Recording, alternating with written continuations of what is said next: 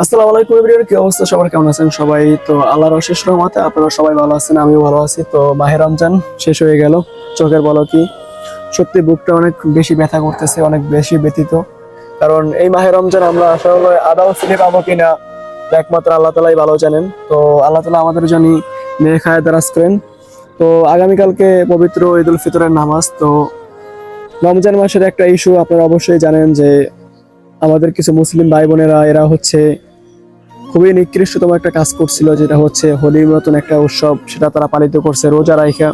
তো যখন তাদের কাছে এই কথাটা বলা হয়েছে তখন তারা একটা কথা বলছিল যে ধর্ম যার যার, উৎসব সবার। তো আমি এটাই বলতে চাচ্ছি, আমাদের মুসলিমের পবিত্র ঈদ উল ফিতরের নামাজ খুবই খুশির একটা দিন। তো এই খুশির দিনে আমিও চাচ্ছি আপনারা হিন্দু, খ্রিস্টান, বৌদ্ধ যারা অন্য ধর্ম অবলম্বী আছেন, তো সবাই আমাদের ঈদের ফিতর নামাজ পড়তে আসবেন। সবাই আমরা মিলিত